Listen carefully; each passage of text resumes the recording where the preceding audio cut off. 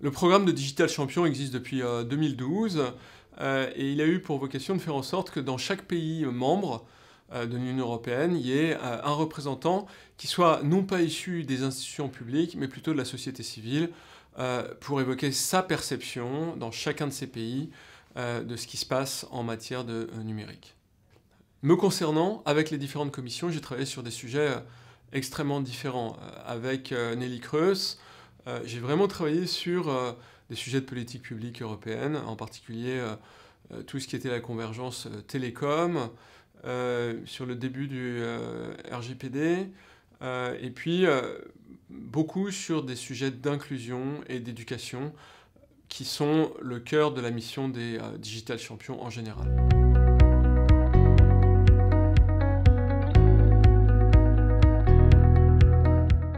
Il m'arrive souvent de dire à l'égard du numérique qu'en Europe, le débat est un peu manichéen. C'est-à-dire que c'est soit super si c'est emmené par les startups, soit absolument terrible si c'est emmené par un certain nombre d'acteurs, souvent des gens qui sont plus institutionnels. Et il est vrai que nulle part ailleurs qu'en Europe, on a créé des lois de protection à l'égard du numérique. On pense évidemment au RGPD, mais pas que. Il y a un certain nombre de règlements qui visent à limiter finalement les capacités de développement, évidemment des métaplateformes, mais également, par ricochet, d'un certain nombre de startups. J'ai un peu tendance à penser que le fait que l'Europe soit en retard sur la Chine et les États-Unis est d'abord dû au fait qu'on n'a pas saisi, on n'a pas compris, il y a longtemps, l'importance de cette révolution.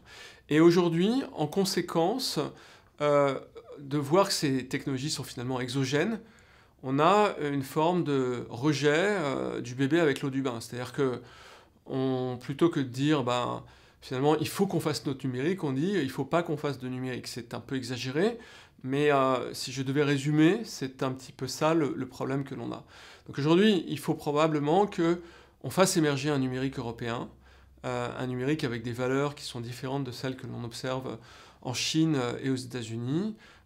Et pour cela, qu'on mette en place des programmes éducatifs, des programmes d'investissement, des programmes de politique publique qui sont propres à l'esprit européen.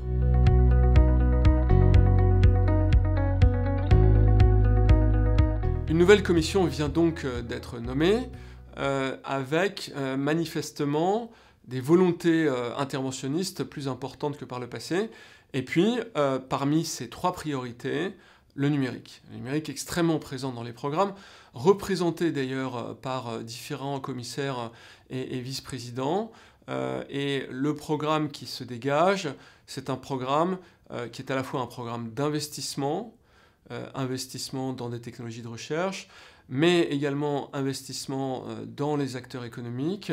Et puis c'est aussi un programme de régulation, notamment la vice-présidente Vestager a clairement dit que les enjeux d'antitrust seraient traités de façon désormais différente et que la norme européenne en matière d'antitrust allait être révisée. Il faut encore un peu attendre pour voir ce qui va sortir de cette commission, mais il est vraisemblable que c'est une commission qui va chercher à démultiplier les investissements dans le numérique, qui va essayer d'avoir des effets de synergie beaucoup plus forts entre les pays membres et qui aura des actions probablement plus agressives à l'égard des métaplateformes, en particulier les GAFAM et probablement demain les BATX ou équivalents chinois. En conclusion, je dirais qu'il faut vraiment se garder de penser que les batailles sont jouées, que la guerre est perdue. Certaines batailles ont été perdues, mais la révolution numérique qui s'exprime ne s'exprime pas sur quelques années, elle s'exprime sur de nombreuses décennies. Et dans un continent qui a le plus de capital humain des trois grandes zones économiques de la planète, où on reste toujours le premier lieu en matière de prix Nobel, en matière de publication sur des plateformes comme GitHub, en matière de formation générale dans le supérieur, il n'y a pas de raison de penser qu'on ne peut pas soit rattraper, soit développer un numérique qui est fondamentalement différent de ceux qui ont préexisté.